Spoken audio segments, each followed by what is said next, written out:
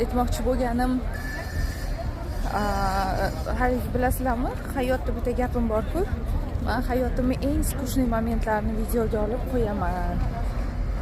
Demak, bundanda интересный aslida hayotim deganimdek, men ham shuni hozir bilib olmanki, ibodatni qilib, normalarni kerak bo'lsa, inshaalloh normadan ortig'ini qilib, hamma vazifalarni qilib, yana shu ibodat bilan nafas olib, keyin bir havo alishtirishga demak rasmlarni, videolarni qo'yilar ekan. O'shaning uchun ichqoralik qilmanglar-da.